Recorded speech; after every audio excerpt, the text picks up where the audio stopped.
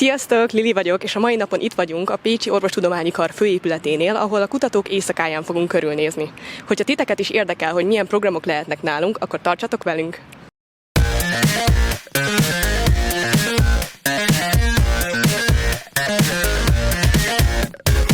Velem van Pintér Erika, a Farmakológiai Intézet igazgatója. Üdvözlöm!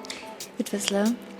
Ma este ön tartott egy előadást. Az ön előadása Nobel-díjasokról szólt, igaz? Igen, most amiatt, hogy azt hiszem nagyon aktuális, nagy várakozás van a magyarok között arra, hogy esetleg újra magyar Nobel-díjasunk lesz Karikó Katalin személyében. Ez adta az aktualitását az előadásomnak. Egy hölgyet választottam, aki félig litván, félig orosz származású, de Amerikában, New Yorkban dolgozott, ő Gertrude Elion, és 1988-ban kapott Nobel-díjat az úgynevezett racionális gyógyszer tervezés megalkotásáért, és nagyon-nagyon sok új gyógyszer fűződik a nevéhez, vagy akkori új gyógyszer, köszvény kezelésére, daganatok kezelésére, bakteriális vírusfertőzések kezelésére egyaránt. Gondolom még különböző más előadásokat is szívesen megnéznének. Lesznek önöknél még így a Farmakológiai Intézettől előadás? Sok előadás, vagy viszonylag sok előadást vállaltunk, nem csak előadást, hanem labor látogatásokat is, azt nagyon szeretik a fiatalok. Akik érdeklődnek a természettudományok iránt, elsősorban orvos, gyógyszerész, biotechnológusi szakmák iránt, azok kipróbálhatják magukat, megnézhetik azt a környezetet, hogy dolgoznak, hol dolgoznak a kutatók, milyen egy orvostudományi kutatólabor, vagy egy gyógyszertani kutatólabor, úgyhogy szeretettel várjuk az érdeklődőket. Velem van dr. Horváth Ádám, a Farmakológiai Intézet PhD hallgatója. Olyan kérdésem lenne hozzád, hogy mit gondolsz, mi a célja a kutatók éjszakájának? Igazából szerintem a célja ennek az egész rendezvénynek az, hogy megmutassuk a nagy közönségnek, az embereknek, hogy miről is szól valójában a kutatás. Általában ilyen fehér köpenyben szaladgáló, kicsit őrült, idősebb embereknek képzelik el a kutatókat, de nagyon sokan vagyunk fiatalok, és szeretnénk ezt igazából megmutatni, hogy lehet a tudományt szeretni, és lehet ezt egyszerűen is végezni, és ezt akarnánk megmutatni az embereknek. Szerintem erről szól leginkább a kutatók éjszakája. Te is tartottál valamilyen előadást, csak megemlítenéd, hogy miről volt szó? Igen, én a saját PhD kutatásomról beszéltem, ez ugye a sejtmembránon keresztüli fájdalomcsillapításnak a lehetősége volt.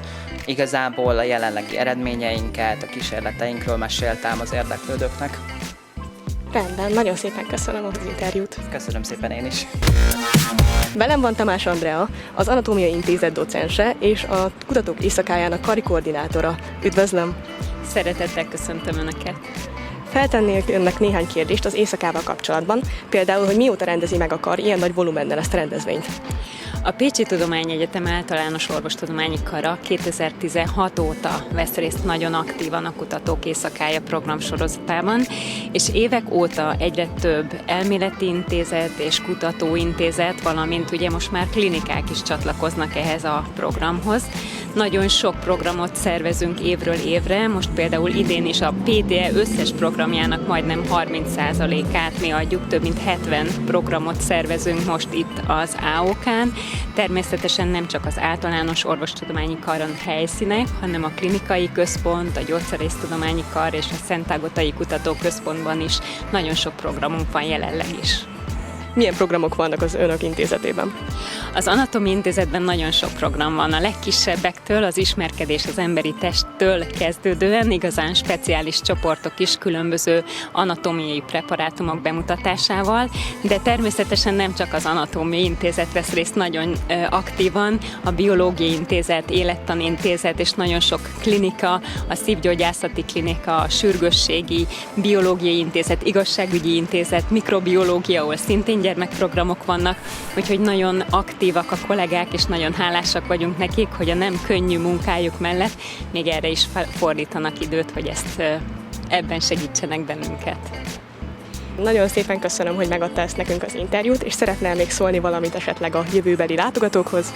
Nagyon szépen köszönöm, hogy szólhattam, és mindenkit szeretettel várunk jövőre, ugyanúgy szeptember utolsó péntekén a Kutatók Éjszakáján. Viszontlátásra! Nagyon szépen köszönöm, hogy velem tartottatok ezen a nagyon érdekes éjszakán.